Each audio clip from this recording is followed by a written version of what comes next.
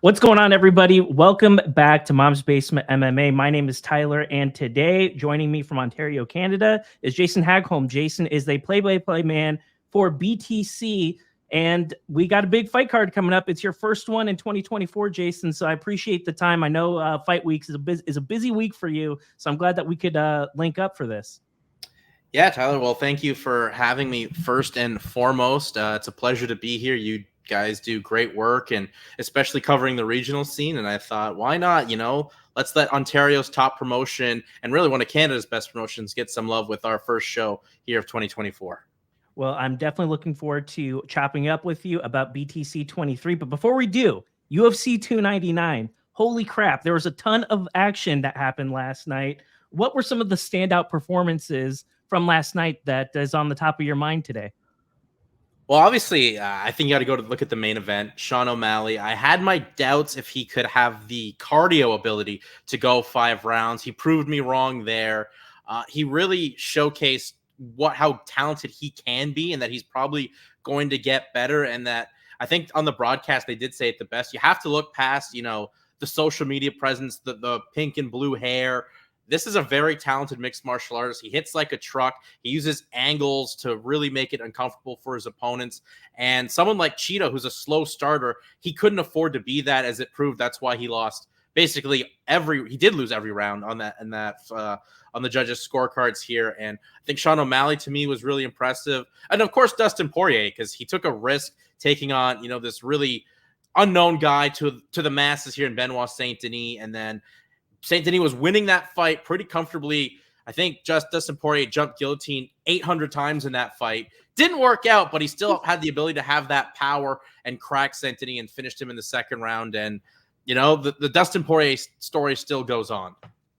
Jason, one of the things that kind of leaps out at me about this is it seems like last month everyone was talking about Joe Pyfer, Joe Pyfer, Joe Pyfer, Joe Pyfer, and then Jack Hermanson just gatekeeps him. And now over the past couple weeks, it's been BSD, BSD, BSD. And I was thinking to myself, like, let's pump the brakes a little bit. We're going from Matt Frivola all the way up to the top of the heap here in Dustin Poirier. Are we in the media space, or as MMA fans in general, are we too quick to like crown new kings before they even really like get their feet wet? Or is this, or your just comments in general? Because it seems like we're so quick to hype up some of these guys that are completely unproven at the highest levels of MMA. I don't know if I think obviously you want some fresh blood in the sport. I mean, that's what makes this sport go. But Benoit was one of those guys that he looked really impressive, especially the finish he had of Matt Frivola towards the end of last year at Madison Square Garden. He was calling his shots. I mean, he's riding the wave of a country that's just exploded with the sport in France. But Benoit said that he had an infection here that affected his performance and his cardio. So maybe that could be it, because maybe if he doesn't have that, it's a different story and the fight continues to play out that way. But obviously you're seeing some guys that are trying to take the next step, and maybe it's not their time. Maybe in 2 to 3 fights, it's their time. But right now, Dustin Poirier proves there's still, levels to this, especially how tough 155 is. That is just a hell's gate of competition in the UFC and really in the sport overall. But yeah, I don't know if we're too quick to crown. I think we just want to see some more fresh faces in here and who's ready to take the next step. I mean, heck, even a month ago, were we really expecting Ilia Topuria to be the guy to take the featherweight title from Alex Volkanovski? No, and he did it in 2 rounds in dramatic performance, and he's arguably the biggest star on a global space in mixed martial arts right now. Absolutely. Well, these fresh new faces that we're talking about, they all have to come from someplace, and places like BTC Fight Promotions, that's where you're going to see some of this talent. And Jason, talk to me a little bit about BTC Fight Promotions. To the uninitiated, can you kind of tell me a little bit about how this promotion came to be and its influence on the Canadian MMA scene? Well, this promotion came to be really because it was just a place for Canadian fighters, and especially fighters in Ontario, to have a place to compete locally. At the point in time when BTC launched in around 2018, there was no promotions out here. The biggest one, which was the Score Fighting Series, that got devolved once the television company that owned it was bought by a bigger media company, and they got rid of that whole fight promotion. So it was just a a big space for promotions for fighters to have a chance to compete. And then the growth has just been tremendous. The talent that's come through BTC, obviously Aaron Jeffrey, a former middleweight champion, he's going to be fighting this week as well for Bellator for the chance to fight for their middleweight title. Jasmine Jasdavicius has had a spot through. Kyle Nelson's had a stop here in BTC. So a lot of Jesse Ronson is the welterweight champion here in BTC. So a lot of big names have competed through and are still competing here in BTC. BTC 23 is this show, but BTC has the longest running promotion for events in the province of Ontario. And I think this is a big year for not just mixed martial arts, but combat sports in the province. They've put this special committee together to help grow and educate regulators and bring more people in, because this is the biggest and most important province to Canada. And you want to have, smart people involved to help, showcase the rules and help grow the sport. BTC 23, it looks like a monster card. I have it pulled up right here, and the 185-pound title belt is going to be on the line. Can you tell us a little bit about this main event? Who are your contenders, and what can fans expect to see in this middleweight matchup? Well, this fight really excites me here. It's Jordan Mein taking on Delano Taylor. We added this fight a few weeks ago, and it really excites me because obviously, Delano Taylor, this is the guy that he was just, last year fighting in the PFL at 170 pounds. And in 2022, he was a finalist for the PFL in their season, losing out to Sabadou C. So this is his first fight ever at 185 pounds. And, getting to speak with him, it just seems like he really wants to just try this weight class out, experiment some styles out in this fight. And his opponent is a Canadian legend in Jordan Mein with stops in the UFC, Strikeforce, Bellator. He's fought a who's who of anyone, and he's making his promotional debut. I mean, his dad just a few months ago competed in the first ever bare knuckle boxing event in Canada out in Lethbridge, Alberta. And now Jordan's coming up here to Kingston, Ontario to take on Delano Taylor.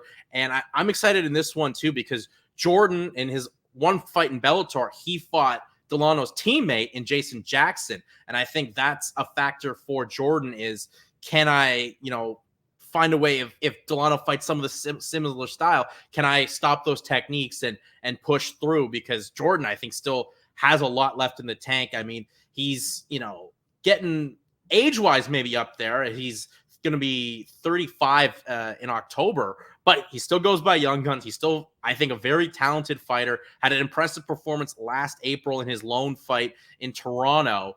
And I'm just excited what to see Delano can do here at 185 pounds. I think it's going to be an exciting matchup between two real experienced fighters that, Delano wants to make a step back to a major promotion. I think Jordan does as well. And this is a good test for each other here at 185 pounds in the main event at BTC 23.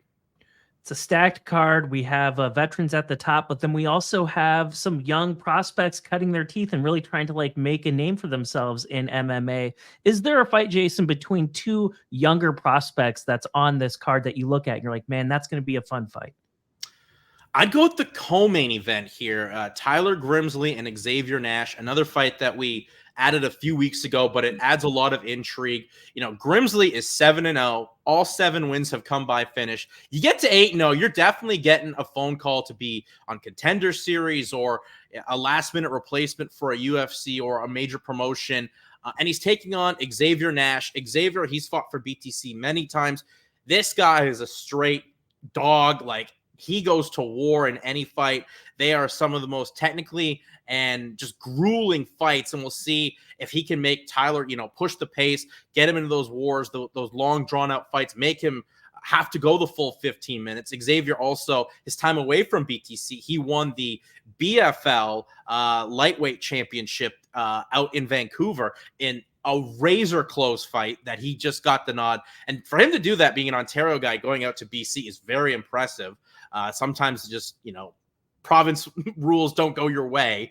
Sure. But for Xavier, he's so talented. He's fought tons of high-level opponents in his career. When you look at his record, 9-7, it's not the most flashy, but he has fought incredible talent. He lost a split decision to Achilles Estimadura to lose that title. And Achilles had a spot a few seasons ago on Dana White's Contender Series. So he's fought really good guys. He's coming off a submission victory in last October. Elsewhere, I'm always excited to see Xavier fight, and I'm excited to see what he can do here against Tyler, because Tyler, his last fight was with BTC back in November. He made quick work out of Patrick Connors, just broke him down, took the fight to the ground, used that, that NCAA style, that wrestling, and then just got the submission. I don't know if he'll be able to do that here against Xavier, who spends some time training at Niagara Top Team, which is arguably one of the best gyms, if not the best gym right now in Canada, with, as I've said, Aaron Jeffrey, Jasmine Daz-Davicius, Sirius CD cross trains there. Chris Prickett, one of the coaches, spends time coaching at the University of Brock, where they once again won the National Wrestling Championship here for like the 10th year in a row. I'm excited for this one. And as well as some local guys, because Kingston was a tremendous market for BTC, just a loud environment. Zach Baldwin, this is his second fight for the promotion, and second in Kingston as well. He had a highlight reel, just striking display, first round KO in that one against Blair West. He's taking on Nigel Crosswell. That should be just a stand-up banger fight. And Andrew Babcock as well, a guy that wanted to make his pro debut last year in Kingston, didn't work out, eventually did later on in the year.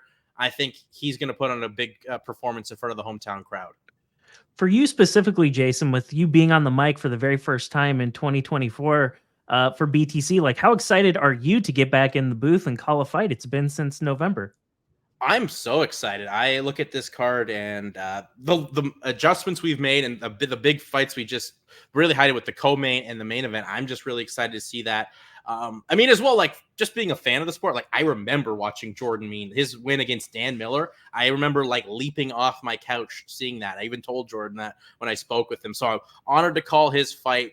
And there's nothing like, calling mixed martial arts. It's the craziest, most entertaining sport where you really get to appreciate the determination and the dedication that these athletes put in to gear up for fight night. And as I said, the energy in Kingston, which is becoming a big market for BTC, will be incredible. This is the event will be at the Slush Puppy Place, which is now where the Kingston Frontenacs in the Ontario Hockey League plays. So high-level junior hockey plays there, and high-level mixed martial arts will be there on the Saturday.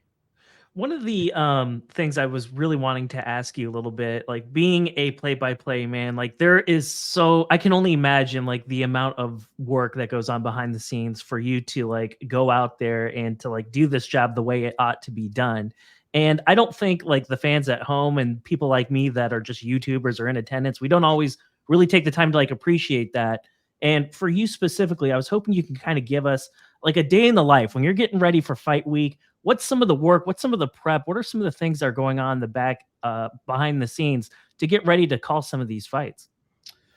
Well, we did our pre-fight interviews last weekend, and that was like a 5-hour straight marathon, lining guys up, reorganizing with them. Credit to our producer, Patrick Duffy, who does a lot of amazing work for the BTC social media team. He organizes it. So me and Patrick, and as well Josh Hill, the color commentator. So we were there interviewing the fighters, making some notes, trying to get some, their thoughts on the fights, and try to find some like interesting human aspects of these fighters, because it's not just the X's and O's. You step in the cage, you want to find some interesting aspects of the personality that the fighter is. And then I'll just go this week for sure, make my notes, line things up, try to get their records straight, and interesting statistics in there as well. And some of these guys you've seen a couple of times, so you're a little bit more familiar with who they are as a person and their fighting style, but some you've never got to call their fight or anything like that. So you just want to add as much information you can up until you get there. And yeah, it's I can't wait to call these fights. One final question for you. What's the most challenging thing about being a play-by-play man, and what's the most rewarding thing about it? The most rewarding thing for sure is just being really a part of everything and being the voice and commentary to someone's big moment, and they can show that to their family or anything. Like, they don't even need to know who I am, but there's an amazing moment there for them that they will have for the rest of their life. That's a rewarding thing. Or just getting praise from someone you don't even know, like, hey, you're doing a good job. It's like, because to me it's just like, hey, I think I'm doing a good job, but that's just my opinion of myself. And I'm sure you do these every week. Like, I'm doing a great job, until someone from the outside's like, hey, you're doing a good job. That's very rewarding. What was the first part of your question? Sorry. What is one of the more challenging parts of the gig? I think the challenging part is just organizing everything. I mean, that's just not the pretty stuff that people expect. You just think you can just show up sometimes and call it, but you like to have your facts. You like to make sure you have your pronunciations of these names correctly, because people are from these guys' families. They're watching. They don't want to hear their friends or their family members' name butchered. It's just really all the prep and the legwork that goes in. Sure, it's not sexy sometimes, and you can have a long day and you're like, I got to put this notes down, but you got to do it, because it'll be worth it in the end. Well, ladies and gentlemen, the fight is going to take place on Saturday, March 16th. You are not going to want to miss it. If you aren't in Kingston, Ontario, is there going to be a pay-per-view? Is there a way for people outside of Canada to tune in? There will be a pay-per-view. You can definitely look up the information on that. I believe it'll be around like 40 to 50 Canadian dollars. So if you're an American, that you're saving some money. You can get it definitely at btcfight.ca /live. The pay-per-view information's there. You can already get it right now, pre-order it, and plan for your weekend ahead, because this is going to be an incredible card for BTC. Their first show of 2024, BTC 23. A lot of great young up-and-coming prospects. Last year in Kingston, Series CD punched his ticket to the UFC, and we'll see who gets noticed and gets a big opportunity going forward from here in BTC 23. Well, ladies and gentlemen, make sure you tune in. All of the information to access the pay-per-view, I'm going to go ahead and do you a solid. It'll be in the description for this video. Jason, I appreciate your time, and have a hell of a time on March 16th. Looks like it's going to be a great night for you. Any final words from your end before we wrap? Just make sure that you definitely go out there, like all the BTC social media stuff on Twitter, on Instagram, on Facebook. That's at BTC Fight Promotions, or at BTC Fight. Yeah, and definitely order the pay-per-view. You do not want to miss this, because I think 2024 is going to be a huge year for Canadian mixed martial arts. We saw it at the beginning of January. It's continuing to run here into the middle of March and all through 2024. And BTC, they put on amazing shows, amazing production value. It's the best bang for your buck on the regional MMA scene.